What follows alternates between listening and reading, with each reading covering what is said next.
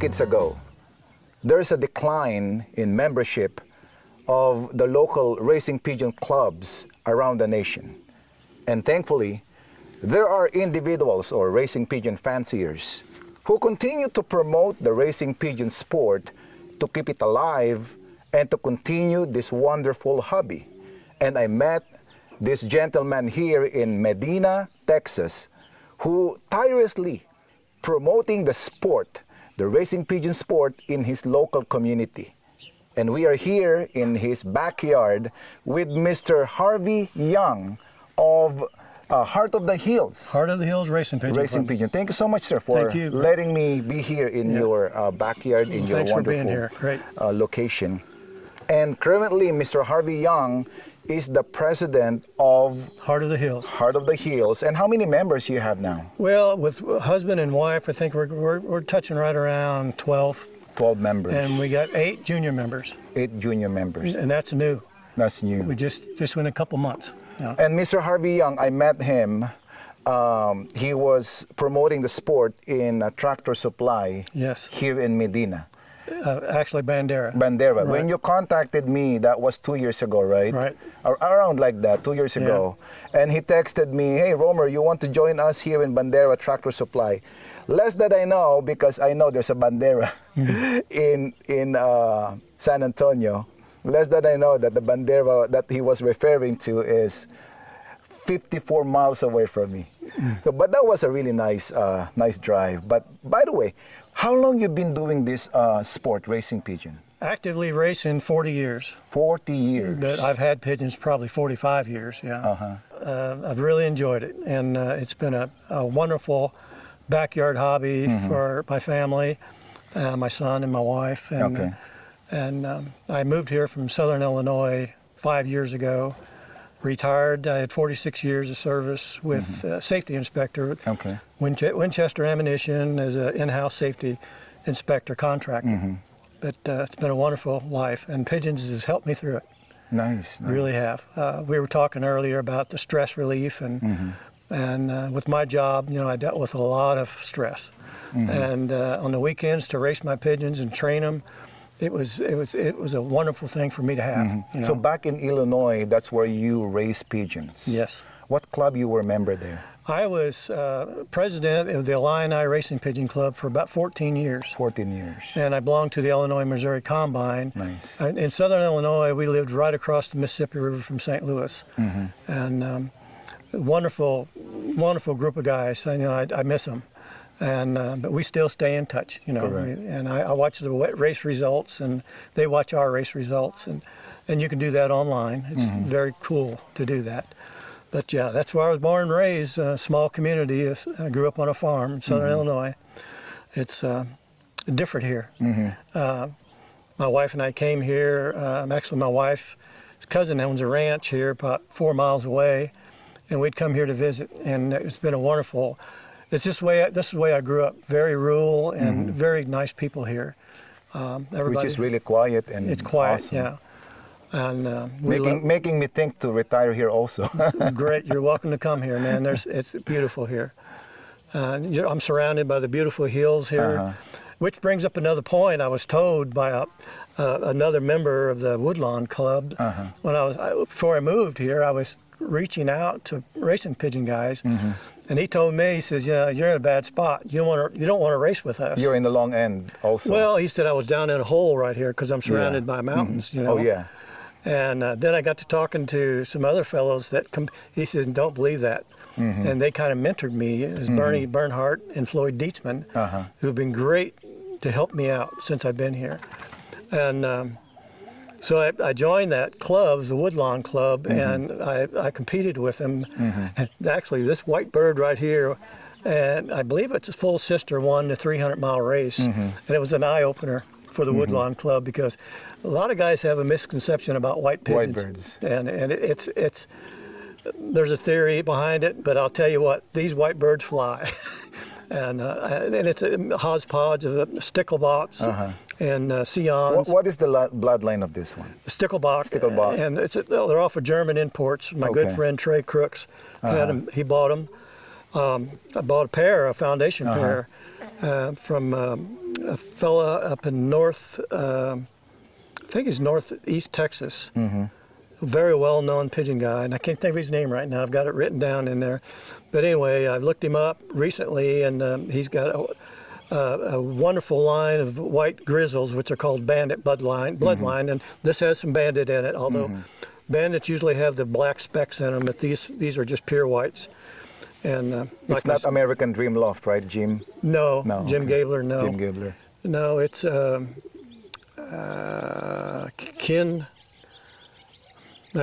I'm wasting time. I'll think of it anyway. But anyway, to go back to here, we love it here. We really do. It's a lot of fine people in this area, and Tractor Supply has been very nice. We've done I've done 3 seminars there and gotten some attention with some kids, you know, and I've got some contacts and the goal here, my goal, I've been competitive for all these years, you know, and I've enjoyed the hobby. But now I'm at a point now where I want to get kids involved. Correct. And you had mentioned the decline. Yes. And yes, there is a decline, but our club is growing. That's nice. When I first come on board, there was like 3 members left, and 2 of them are dead now. And so I said, you know, I got to do something here, you know. And so I contacted the AU, and the AU has been generous, giving me pamphlets and flyers and stuff. And I pushed it, and just keeping it going, and getting people out there. And I'm excited now. We've got 8 junior members, and with the help of a couple of my buddies, Trey and Mitch. Yeah. I've been able to get lumber donated to help them build lofts, and we got a project going on now where we're building 3 lofts for these junior members and their family. Correct. And I'm mentoring them, and we're splitting up the mentorship with some guys. We got an active firefighter, and he just joined out of Sisterdale, Texas, and we just, like I said, we've got a active group now, and the whole idea, you know, and you had mentioned about, you know, what do you see in the future or why or something, and my biggest thing is getting along.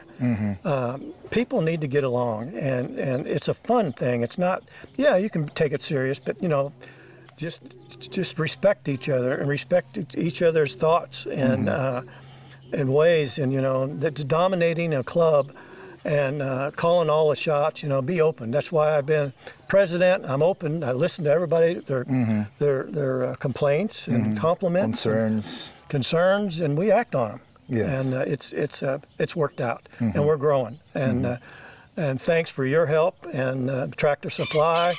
And I've been doing the youth camp just now. We've been in several youth camps where kids are from all over Texas come. And they're getting exposed to these pigeons, and it's wonderful. Some of these kids are from the city, and all they've seen is bridge pigeons, you know. Yeah. And they get to handle barn pigeon. Yeah. And we just did a release. You know, we send messages, and these birds currently have the message on their leg. And these are the birds that we released earlier, while Mr. Harvey Young was promoting the sport. Yep. In the youth camp, right? Yeah. And like what he said, you know, the enjoyment of this pigeon sport is we meet people, you know, from different parts of the world. Absolutely. From the nation. I met people from Belgium, from Germany, messaging me. The main fact is that we meet people, we build network, we build friendship, and I think that's one of the best thing about this type of sport. Yeah, exactly. And that's exactly what is. I'm new here. I'm an outsider, and I've got some good friends now, pigeon people. You know, it's been great, and I'm retired. And I just recently, I was vice president of a local water company, and I backed off of that. Yeah. And we've got them up and running. They're doing very well now. And I was facilities director for the fire department, and I've backed off of that. But I'm still on the. I'm a firefighter also. You still volunteer, right? Yeah. But I'm not. I'm trying to concentrate more on my birds and enjoy my hobby, you know, with kids, and it's very relaxing, very relaxing. Which is really nice. And why raising pigeons so special for you? Well, it's brought peace in my mind. Like I mentioned before, it was stressful, my job for 46 years, and I can come home and mess with my birds, go out to the pigeon loft, just cleaning the loft, you know, and just relaxing and turn them loose and watch them fly. You know, it still amazes me after 40-something years. You know, we fly 300-mile races here, but in Southern Illinois we flew 600 and 500 miles, and it's just fascinating. And I still get goosebumps to watch them come home. The ability to come home, it's just amazing, you know, in a timely manner. And so it's very relaxing. It's really helped me out. Like what your new member Mitchell mentioned earlier, he was a retired firefighter, right? For how many years again? 40 years. 40 years. He mentioned that actually, he only likes to see the pigeons fly in his loft, you know, in his house, in his backyard. But of course, it's also nice to test them, you know, in competitive side, how they will perform. So you moved from Southern Illinois to retire here in Medina, Texas, right? Yes, sir. Yeah. So you left your birds in Southern Illinois? I sold out. I sold my pigeon lofts. I sold everything, and my wife wanted me to back off, you know. And I kind of agreed with her, you know. I said, you know, I'm going to start something different now, but. After I got here and I got everything done. I built fences. I got my shop built, the pigeon loft and the horse stalls. I said, you know, I need something to do, so I got back into it. And but at least she's not against it. Right? No, she's no. Even though she's not 110% support, but at least she's not against. That's one of the most important things. I got her a dream horse. Now. She's got her horse, I got my birds. So it's working with out. the Arabian, right? Right. And you have your donkey. Yeah, and they're friends. And what are the challenges, like, you know, relocating from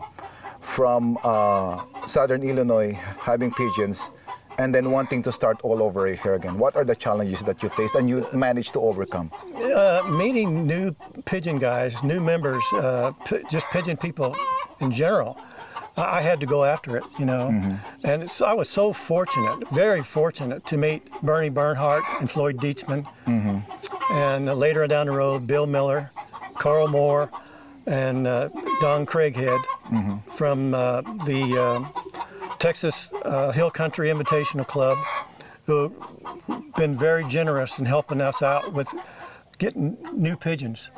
But the pigeons I acquired when I got here actually was a bloodline from Floyd Dietzman and Bernie Bernhardt, which this bloodline was winners of the South African $1 million race. Wow.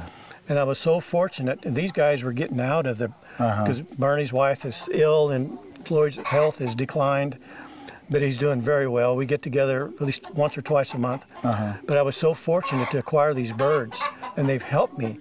And these birds are different here.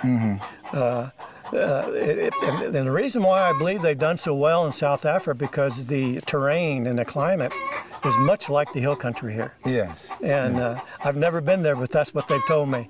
And their birds done well. They won twice.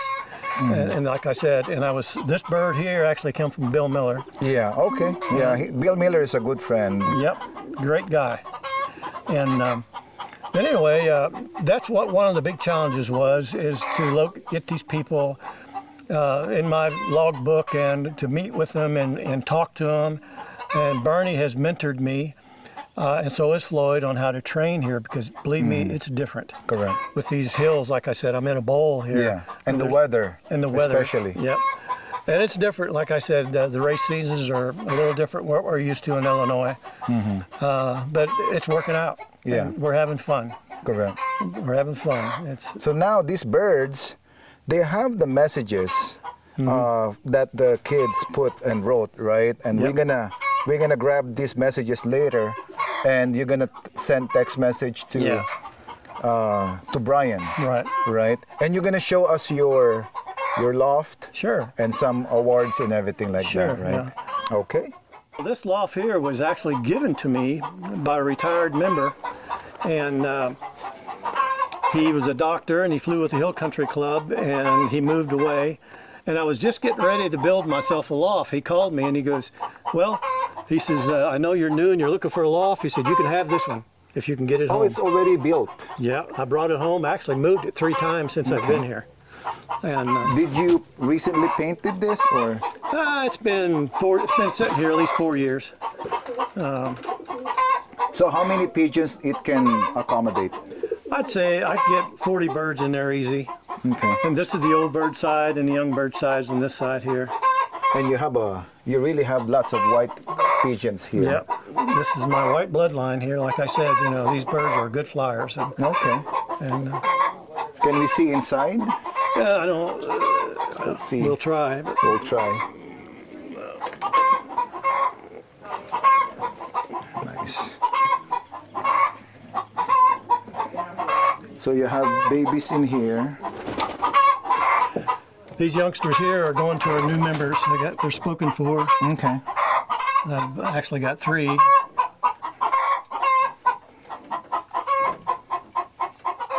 So how many white do you have? 1, 2, 3, I think probably maybe a dozen, maybe. a dozen. I've got some still. I got 1 pair still in the breeding cage. So these are the youngsters. Mm-hmm. So in acquiring some birds, what are the things that you consider? Well, you want to look at the health-wise. When I bring birds home, I get birds from somebody. I'll quarantine them. Mm-hmm. Keep them separated for a week. Watch them. Keep an eye on them. But most of the guys that I know here are just like me. They keep your loft clean and keep the birds healthy. Good clean water, and just looking at the birds and I would recommend getting birds from seasoned flyers, guys that have been down the road and been flying for years. And I mean, I never did buy birds from a magazine. Mm-hmm. And we've got good birds in this area. So you like buying birds or acquiring birds that you can hold, something like that, first. And with me, like myself, my breeders that I've received, when I was done with them, I passed them on to the new members. I said, "You breed out of these birds. These are all proven racers." But we're not against, or we don't have anything against with buying birds, No. online or in the magazine or No. whatnot. It's just that to each its own, preferably. It's expensive, with times being the way they are now. We gotta help each other out. And like I said, the guys from the Texas Hill Country Invitational, they've been very, very generous in helping us out with our new members. And So are these all flyers, or where are your stock pigeons, though? these are my stock. These are your stock. And I have breeding cages here, and I'll select a few pairs and breed off of them. It's just like I was telling you, the white ones from the 300-mile race with the Woodlawn Club. I'm breeding off of them. Is this facing south? Yes. Because can you tell us something about that? Why we need to build our loft facing south? Well, the sun is predominantly, is facing us. You get more exposure from the south, and it makes it brighter. The important thing is you need a lot of ventilation, especially here in Texas. A lot of air movement with the wire floors, like I've got here, and it really helps out. Facing south, you get the predominantly southwest or southeast winds we do here, and there's a lot of air, and it's important for the birds to have a lot of fresh air. And you also utilize the bottom for the chicken. Chickens, right? yeah. I actually learned this from an old Vietnamese guy back in Southern Illinois. He taught me that because any feed that was spilt, the chickens will clean it up, and that helps you with the rodent problems. Correct. There's no waste. No waste. And they also serve as protector against the rodents. Oh yeah. And believe it or not, these chickens will alert you if there's a hawk in the area. Oh yeah. Especially the roosters, they'll let you know. And then here are your breeding area. Yeah, it's just the breeding. I got 4 breeding pens. And you have a bantam here. I'm raising some droppers for a friend. So you are also using droppers. Yeah. Which are these ones. This is the famous dropper, the Statinet. Statinet, yeah. Let me guess. Did you get it from Bill? Yeah. Bill Miller. He used that also. He's a good guy. Great guy. Yeah. And he also has some white pigeons. Did you also get that from him? No, no, no. These birds came from trade crooks. Okay. And there's a youngster, and they're down on 2 eggs right there, and this young should be ready in 2 or 3 days. This is awesome. Yeah. What's the bloodline of these white ones? They go back to the sticklebouts and the white bandit bloodline. White bandit. Nice. And I may be selling a pair Okay. of youngsters if anybody's interested. So, how do you prepare your breeders before they breed? I look at the race records, and I try to breed the best of the best, and basically performance. Performance. Yeah. And then do you feed them special kind of feed or whatnot before to prepare their body to be successful in producing healthy babies? Yeah, absolutely. It's important. These racing pigeons are like they're like human athletes. And you have to prepare your body for say for the distance. You get them carbohydrates and the right amount of protein when they come home from race. I give them electrolytes and vitamins, and you kind of divide that up during the week and get prepared for the next week. But yes, they are. Feed is very important, especially during the breeding season and with the babies. You want a high protein feed, for development, feather quality. But yeah, it's. So there's a debate regarding the white birds. Can you show us the breeder here that you have? Sure. Let's show, because you have one that won 300 miles, right? Yes. Is that the cockbird or?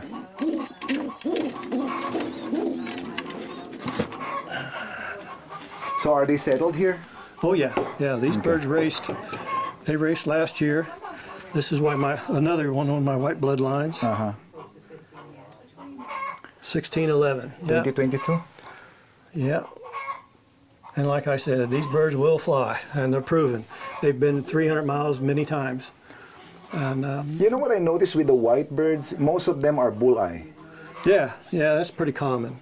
It's pretty common for them to be a bulleye. So this is a white bandit, right? Yeah, stickabout and bandit. Yeah. And like I said, I'm breeding off of these. I've got one youngster in there, and this one's going to come out of the nest.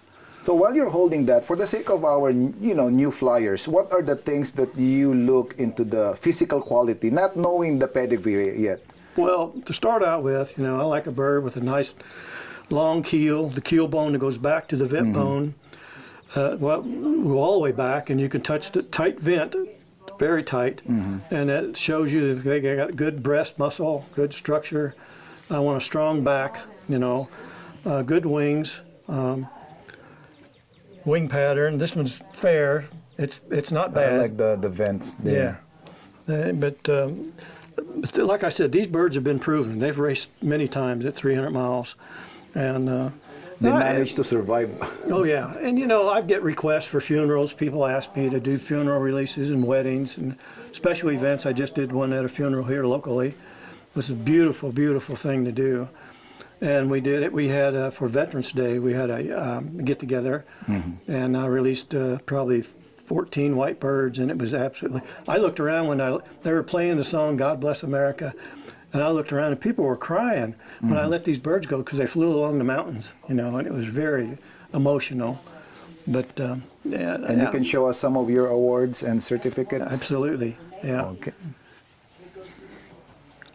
And this is Mr. Harvey Young's backyard. And now, he's going to show us some of his certificates. And this is way back in Illinois, right? Yeah. Okay. We haven't started putting out, giving diplomas and stuff here. And like I said, our club's just getting back together and reorganizing, and we're making great progress. And Mitch has done a wonderful job by being a race secretary and a treasurer.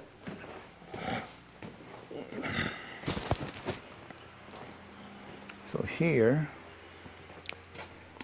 and show that Heart of the Hills Racing Pigeon Club. Yeah. And these are some of my, like I said earlier, I was big in the show circuit, and I love to have shows, and I'm going to try to do that here. And last couple of years I was with the Illini Club. I opened it up to an all-breed show, which means, you know, fantails, rollers, all breed pigeons. And Not only for racing. yeah, and pigeon guys got all one thing in common. They love pigeons. Correct. And it really helped us out. You know, we'd have one big show, then in the summer I would have a summer show, a lawn show, and a picnic. And we had a great time. But no, I was very big in the show circuit. This guy right here, this is myself on the right, and this guy in the middle is Jim Izohart. Mm-hmm. He's known all over the world for being a renowned judge for racing pigeons. Mm-hmm. And his professional ways of racing pigeons, and it was an honor to judge my show. And actually, I took first and second in that show with him. And but anyway, these are some of the diplomas and some of the things I've won over the years, plaques, a lot of show stuff, and racing diplomas, like I said. And here are some one-off races and copies of some of the checks I've won over the years. Mm-hmm. So you also joined one-off race. Yeah, I haven't done that here yet. Mm-hmm. And this guy here is Bill Midieu, who's well known in Florida. He lived in Chicago, and he judged some of my shows back in Illinois. And these are some of the old members from the club back in Illinois.